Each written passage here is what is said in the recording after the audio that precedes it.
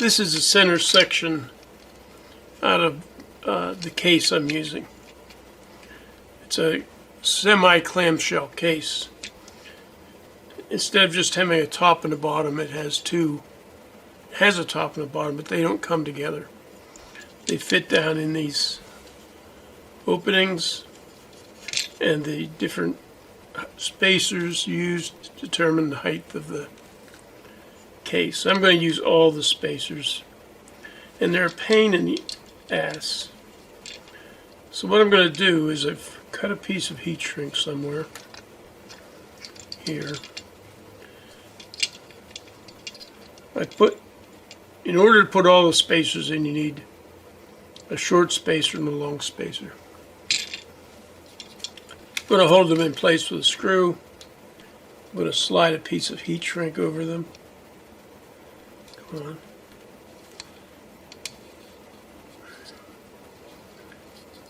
And I'm going to shrink that, and hopefully that'll hold all these pieces in place. Sticking the screws in while fitting this ill-fitting center piece, it's just a real impossibility. So I think that this will at least put all these pieces in place. So all I have to fight with is the top and the bottom, and the front and the back. Here are two of them that are done.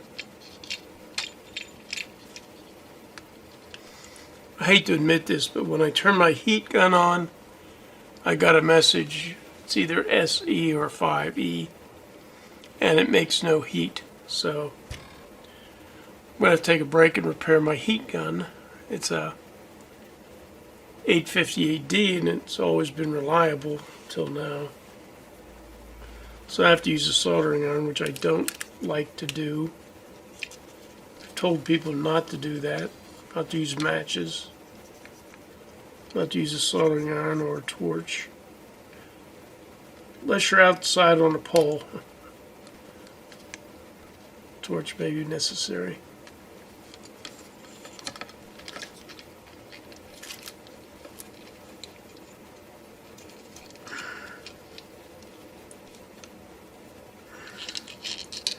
Actually, a piece of flashing on here, I'll take it off. Putting a little in between the long one and the short one.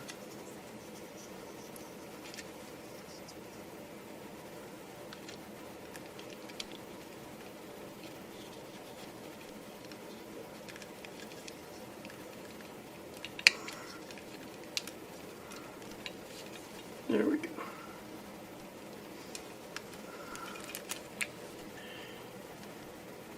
Here are both sides with all the little spacers hopefully held intact with the shrink tube. And I didn't notice this before, but these are not symmetrical. I don't know what the significance of this is. So this is the bottom of the case. I know that because it has the feet on it and the bail. The case side, there's two of them, with all the spacers installed, slides down this far. And of course the upper clamshell will slide down until the riser touches the spacers. Now if I take out one small spacer from the top and the bottom, all four screws, I can collapse the case 10 centimeters. I believe these are 5 centimeter, small spacers of 5 centimeters. Or I could keep the small spacers and remove the 10 centimeter spacer. I'd have to do it 8 places. That would shrink the case by 20 centimeters, 10 and 10.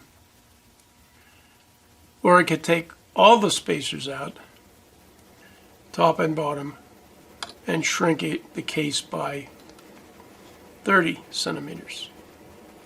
Of course, the screw needs to be shortened every time I take out a set of spacers. If you take an unequal amount of spacers out of the top or the bottom, but not both, this will no longer be centered. This will no longer be centered.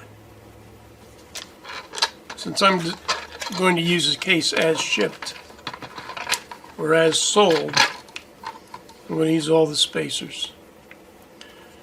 But the front and back plate needs trimmed even when it's used as advertised. Trust Banggood, or trust the Chinese. One step at a time. So I've got the front panel as delivered from Banggood installed, and the clamshell as tight as I can get it. And you see there's a little bit of space right here. So I need to determine the thickness of that space, and then I have to trim that much or just a skosh more off of the front and rear panels in order to get the case to draw up tightly. Here we see the two bolts up front. These in the back aren't tight. See what I mean by pain in the ass? But the two in the front are tight. These spacers are tight. And I shaved 5 millimeters of the front panel. So I'll cut 5 millimeters off the second panel, which is maybe the front of the rear. And I'll be able to get a good panel, a good dimension from here to here, as well as here to here, and that'll allow me to lay the front template out for the devices to be mounted on the front of the panel. Here I've got my additional windings. They're black this time on the toroid, and I should take a couple of windings off because it's making about 10.5 volts AC. And I only need probably 8. In any event, I believe the fans are all running. And I've got a regulated voltage here of 5.02 and here of 5.04. Now I could reduce the amount of heat being generated by these two devices if I took some turns off, and I may do that. I'll let this run overnight. Of course, there's no overcurrent protection. What I did was put a AC input jack, a bridge rectifier, 470 mic capacitor. Then I put two 7805s. I wanted to split the heat up between the two. The output of each 7805 has another 470 on it, and you can barely make them out, but I've got a 0.01. Guess it's a 0.1 microfarad capacitor across these DC output jacks. And I painted one end of the jack red to keep the polarity straight. So that's what we're looking at. I'll try to give you a schematic of it, but it's up to you. So the little dual output board is powered up, the fans are running. And the DC input voltage to the 7805s, you can barely see it over there, it's 11 volts, which is, I only need it to be 8 or 8.5 volts. Theoretically, 7.5 volts is all I need. And so I'm going to remove some turns. Now that won't save any heat in the transformer, but the 7805s will have less heat developed.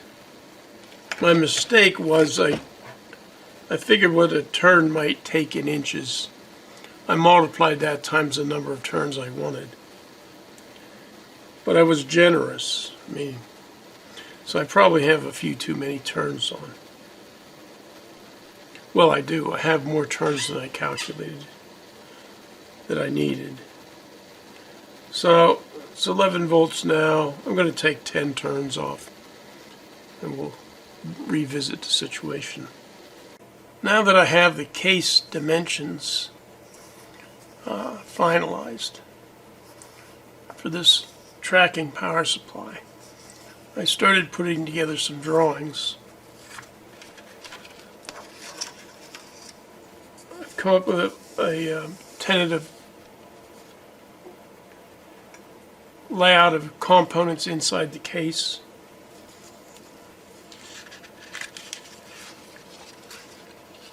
I've documented the heat sink I intend to use.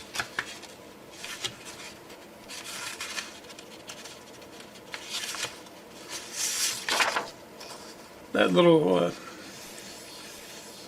fan circuit board I whipped together in a schematic are here. More importantly, I've decided on a front panel layout.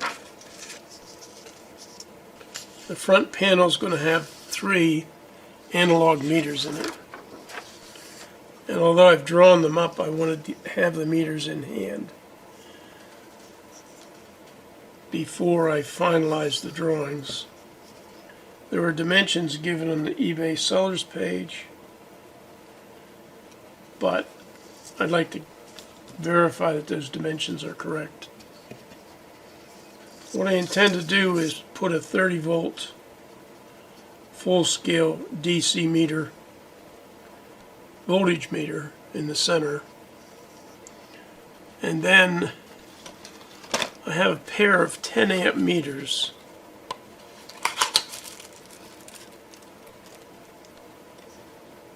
Now these 2 amp meters will be rescaled to read 0 to 1 amp. I'll have, I believe, a switch to switch the display shown on the voltmeter from the positive to the negative supply. Of course, that should read the same, positive or negative, but some on-off switch, power indicator, voltage control knob. What I'm really up in the air about is whether to install a balance knob to make the left and right, or the plus and minus supplies, equal. They should be equal internally. I mean, that's the design of the power supply. It's designed to track. I just need to know whether to put a fine trim knob on the front of the supply or not. If you have any feelings for that, drop me a comment. I think the next video in this version 3 series will be the rescaling of the amp meters. If you want to see what this power supply looks like, stick with us. We'll get it done here in, who knows, a month. Thank you.